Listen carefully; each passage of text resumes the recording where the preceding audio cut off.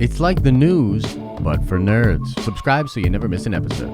Nerd Vengers, what is up? It is Josh, and this is your nerdy news rundown for Thursday, April 29th, 2021.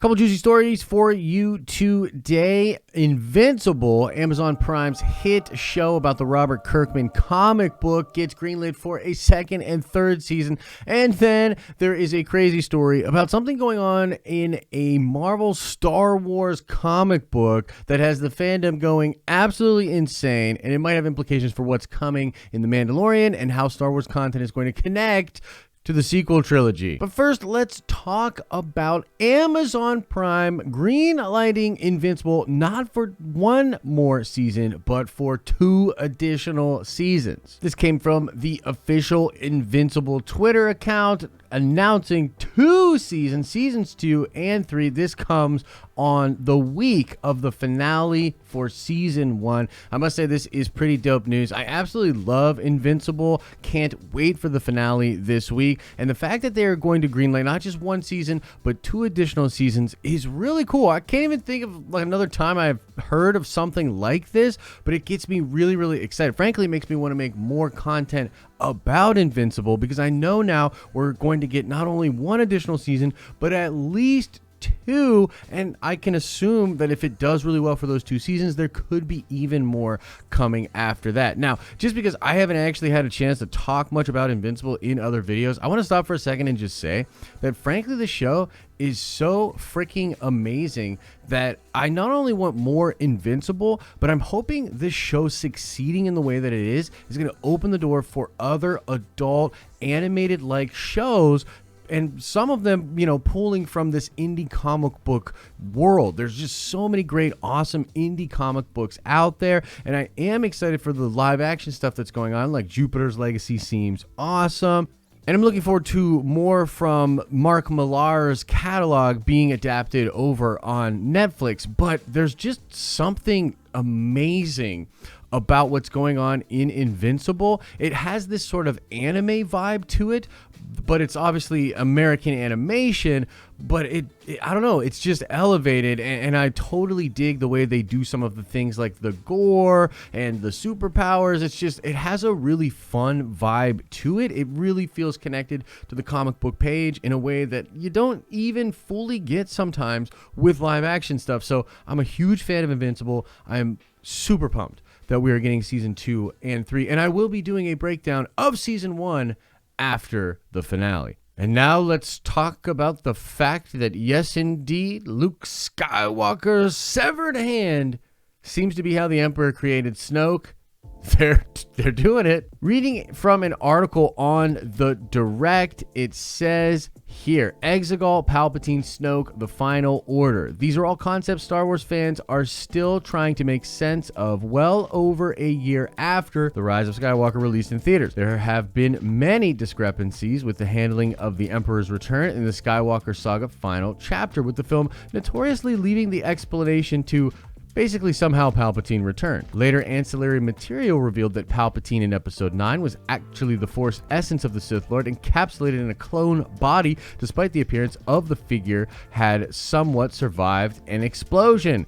The Rise of Skywalker also revealed that Supreme Leader Snoke was a clone, one of many creations of Palpatine had tinkered with during his time on Exegol. The latest arc in the 2020 Darth Vader comic run has worked to clear the air on many of episode's 9 inconsistencies, but in doing so has created more questions. A new issue from the ongoing run has indicated that there's a strong tie between Palpatine's puppet and the son of Skywalker. Now, here's the page that was teased here from Darth Vader issue number 11, and just take a look at it right here, but it is literally a very similar shot to what we see in episode 9 with the different clone bodies. I think we actually see some of this in The Mandalorian too, which I'll get to in a minute.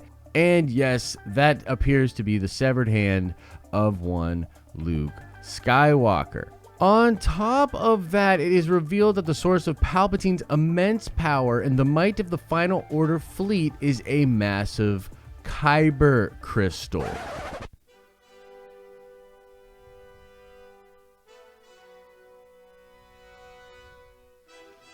Okay, Okay. Whoa. Hold up. Let's just slow down. Everybody slow down.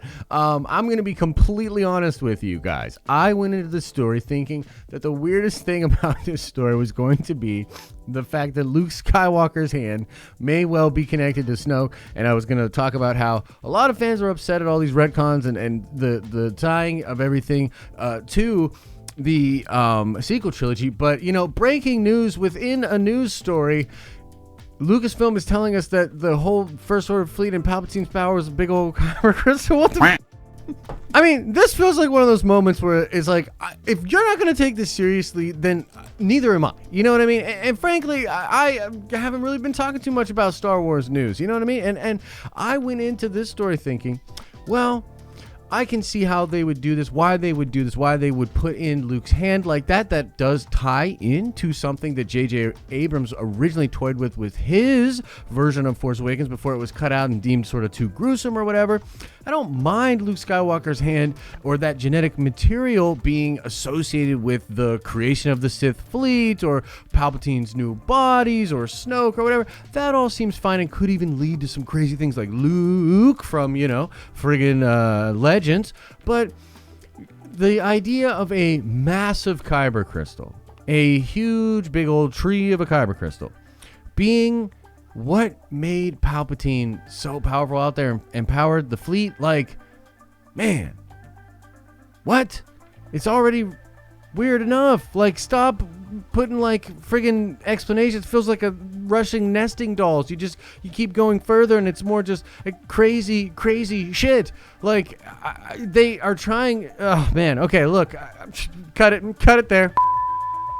We're going to leave it there, folks. Thank goodness for shows like Invincible out there. Let us know what you think about Invincible getting greenlit for season 2 and 3. And let us know what you think about this crazy Star Wars news about Luke Skywalker's hand being associated to Snoke and also the big old Kyber Crystal. I mean, do you think that this is cool? Am I missing the mark here? Or is it possible that Disney should leave that one alone? You let us know what you think about all of this in the comment section below. Make sure you go over to the live streaming channel. I'm sure we'll be talking about some, if not all, of this stuff on a stream relatively soon. Go over there and get your voice heard. And as I always say, I hope you are having an awesome and a nerdy day, and I'll see you in the next video.